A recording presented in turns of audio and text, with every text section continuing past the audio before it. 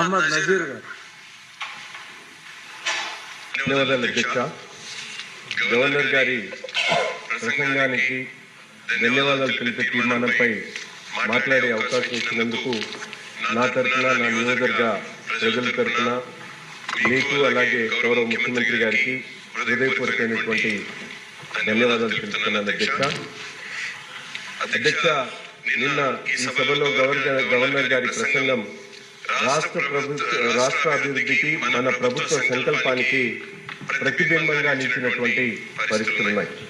ముఖ్యంగా విభజన నాటి కష్టాల నుండి మొన్నటి వైఎస్ఆర్ విధ్వంసకర పరిపాలన వరకు నేటి ప్రభుత్వ లక్ష్యాలను, అలాగే ప్రయత్నాలను, వాగ్దానాలను, భవిష్యత్తును ఆలోచింపచేసేటువంటి విధంగా నిన్న గవర్నర్ గారి ప్రసంగం అద్దం పట్టేటువంటి విధంగా ముందుకు సాగింది. ముఖ్యంగా రాష్ట్రంలో గతంలో ఉన్నటువంటి పరిపాలకుల నిర్వాహకుల వల్ల అతలాకుతలైనటువంటి ఆర్థిక రంగం కానీ, చిన్న భిన్నమైనటువంటి వ్యవస్థలు కానీ, గాడి తప్పినటువంటి పాలన దగ్గర నుండి ఆంధ్రప్రదేశ్ ఉన్నటువంటి బ్రాండ్ ఇమేజ్ ని పూర్తిగా దిగజారినటువంటి పరిస్థితులు మనందరికీ కూడా తెలుసు.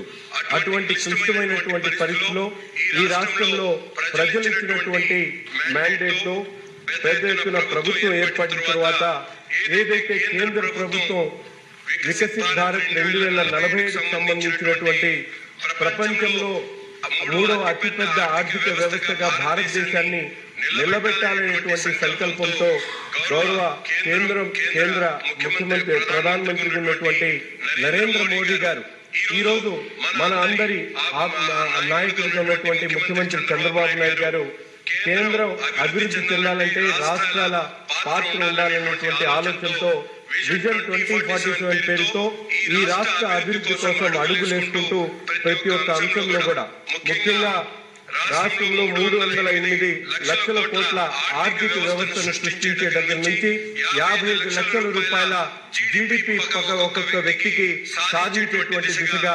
అడుగులేస్తున్నటువంటి ప్రయత్నాన్ని నిన్నటి గవర్నర్ గారి ప్రసంగం యావత్తు కూడా నడిచినటువంటి పరిస్థితులు. ముఖ్యంగా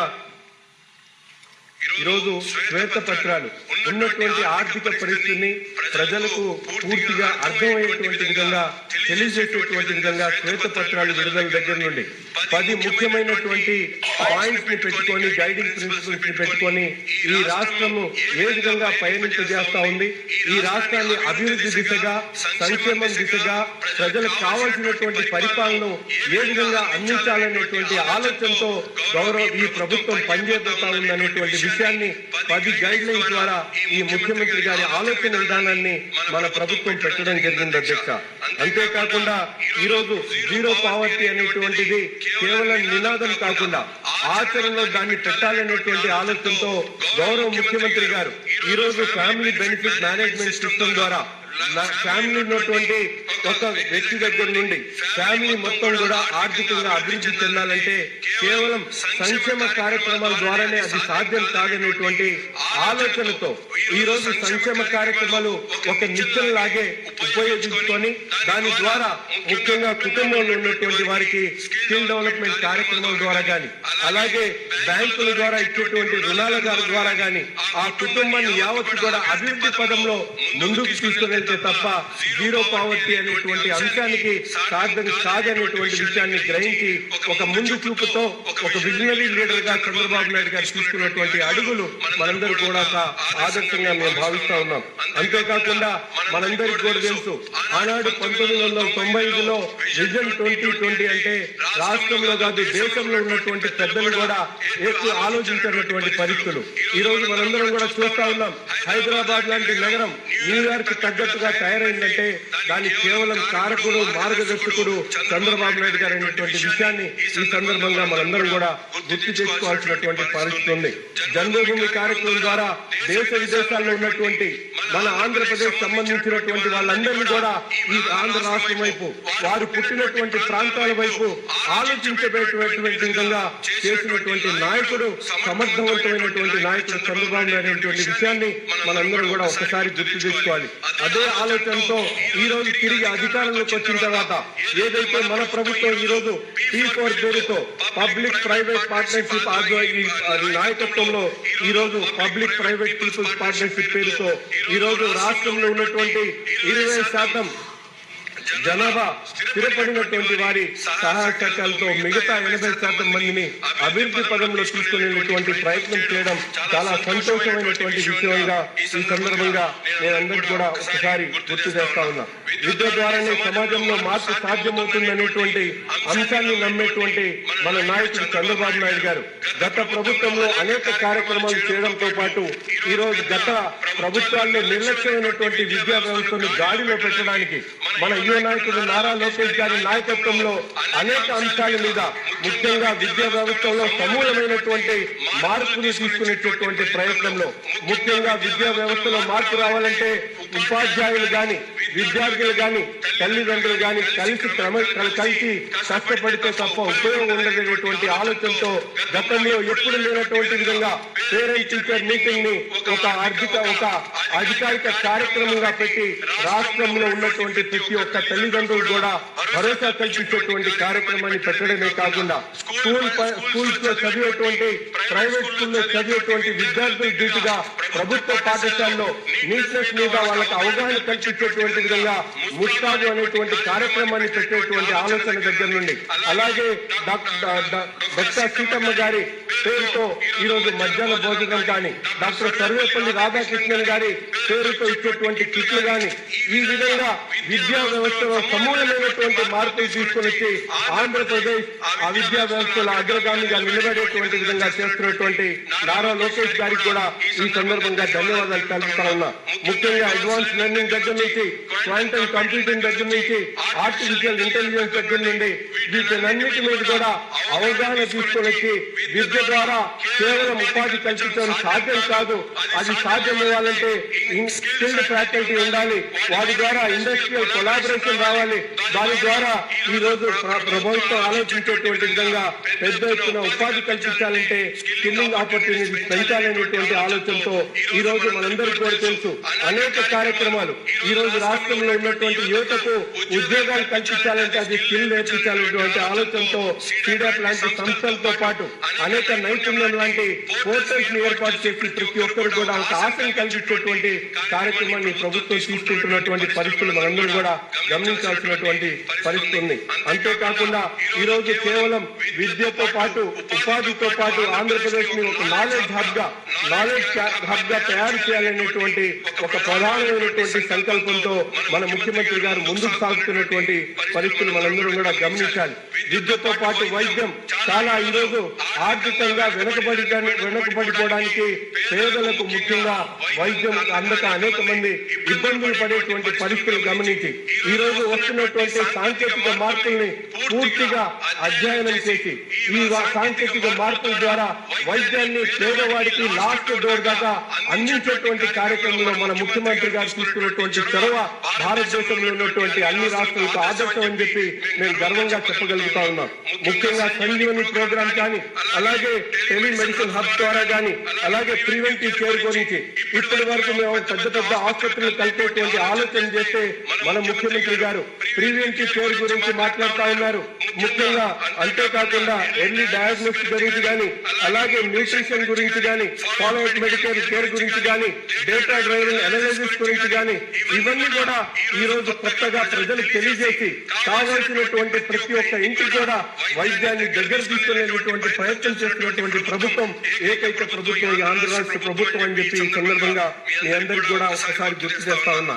అంతేకాకుండా ఈ రోజు 25 లక్షల రూపాయలు ప్రతి కుటుంబానికి కూడా యూనివర్సల్ హెల్త్ కేర్ పేరుతో ఇన్సూరెన్స్ పేరుతో ప్రతి కుటుంబానికి కూడా క్యాన్సర్ లాంటి మహమ్మారులు ఎదుర్కొని ఆర్థికంగా చిక్కుబడిపోతున్నటువంటి కుటుంబాలని ఆదుకోవాలని ఎంతో పెద్ద మనసుతో ఇటువంటి కార్యక్రమాన్ని ముఖ్యమంత్రి గారు మన ప్రభుత్వంలో తీసుకోవడం గర్వకారణం అని ఈ సందర్భంగా తెలియజేస్తా ఉన్నా. అంతేకాకుండా గత ప్రభుత్వంలో ముఖ్యంగా యువత ఈరోజు గంజాయి బారిన పడి అనేక రకాలుగా దెబ్బతింటున్నటువంటి పరిస్థితులు మనందరం కూడా గమనిస్తా ఉన్నాం. గత పాలకులు గంజాయిని వ్యాపారంగా, గంజాయి డాన్లుగా, మాఫియాగా మారినటువంటి పరిస్థితులు ఉంటే ఈ రోజు మన ముఖ్యమంత్రి గారు రాష్ట్రంలో యువతను పెడదో పట్టకుండా వారిని కాపాడుకునేటువంటి క్రమంలో ఈగల్ లాంటి వ్యవస్థను సృష్టించి ఈ రోజు అనేక పాలసీలు తీసుకుని వచ్చి రీహాబిలిటేషన్ దగ్గర నుండి అవేర్నెస్ ప్రోగ్రామ్స్ నుంచి అనేక కార్యక్రమాలు ఈ రోజు చేస్తున్నటువంటి పరిస్థితులు ఒకసారి మనందరం కూడా గుర్తు తెచ్చుకోవాలి. విద్య ఒక మార్గం అయితే నైపుణ్యం ఒక వేదిక, ఒక వెలుగు. ఈరోజు యువత నేటి ప్రపంచంలో అనేక కార్యక్రమాలు ఈరోజు మన ప్రభుత్వంలో జరుగుతున్నటువంటి పరిస్థితులు ఉన్నాయి. మౌలిక సదుపాయాల అభివృద్ధి కోసం గతంలో రోడ్ల మీద గుంతలు పడిపోయి వారి అనేక మందికి యాక్సిడెంట్లు జరుగుతున్నటువంటి పరిస్థితులు ఉంటే ఈ రోజు మన ప్రభుత్వం వచ్చిన తర్వాత రోడ్లు మన చరిత్రకు ఒక చిహ్నంగా ఉంటాయని చెప్పి ఆలోచనతో గౌరవ ముఖ్యమంత్రి గారు 1800 కోట్ల రూపాయలు పెట్టి రోడ్ల మరమ్మతులు చేసినటువంటి పరిస్థితులు కానీ ఈ రోజు ఎంఎస్ఎంఈ పార్క్ గురించి ప్రతి ఒక్క నియోజకవర్గానికి ఒక పార్క్ ని కేటాయిస్తాం, అభివృద్ధి చేస్తామని చెప్పి తెలియజేసేటువంటి కార్యక్రమం కానీ అలాగే ఈ రోజు వ్యవసాయ అభివృద్ధి ఏ విధంగా ఉందంటే మన భారతదేశంలో మన జనాభా 4% ఉంటే 9% అగ్రికల్చర్ ఇన్కమ్ వచ్చేటువంటి విధంగా ఈ రాష్ట్రాన్ని అగ్రికల్చర్ కి సహకరిస్తున్నటువంటి పరిస్థితులు కానీ అలాగే సర్వీసెస్ గురించి 4% జనాభా ఉన్నటువంటి ఆంధ్ర రాష్ట్రంలో 12% జీడిపి భారతదేశంలో సర్వీసెస్ నుంచి అందుతున్నటువంటి పరిస్థితులు కానీ రీజనల్ డెవలప్మెంట్ గురించి కానీ ముఖ్యంగా క్వాంటమ్ టెక్నాలజీ గురించి అధ్యక్ష దీని మీద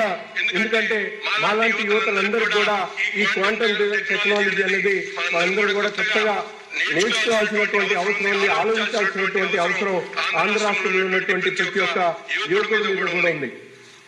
ముఖ్యంగా ఈ రోజు మనందరం కూడా చూసాం, ఆనాడు చంద్రబాబు నాయుడు గారు చెప్పినటువంటి విజన్ లో 1995 అంటే 2020కి అది సాధ్యమైంది. దాని తర్వాత జన్మభూమి కార్యక్రమం పెడితే అది కూడా పూర్తిగా అక్షరాల సత్యమైంది.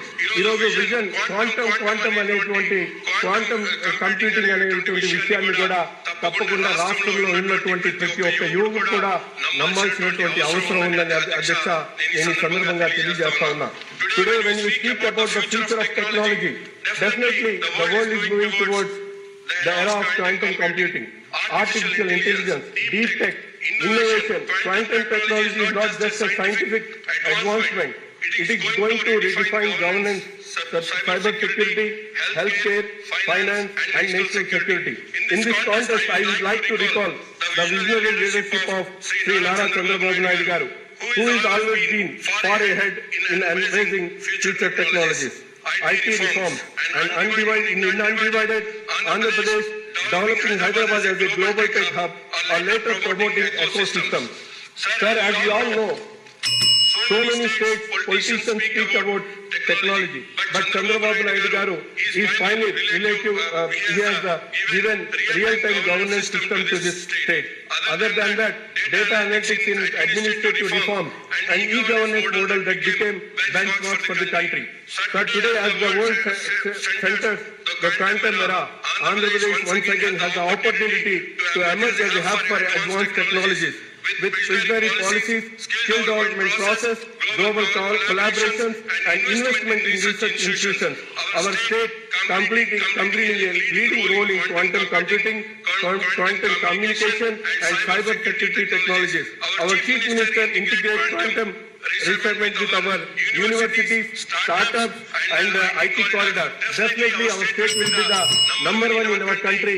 If you are going to support this government, I request all the public to support Mr. Chandrababu Naidu Garu and all the leaders, Mr. Pawan Kalyan Garu and Narendra Modi ji for the development of Andhra Pradesh. Thank you very much.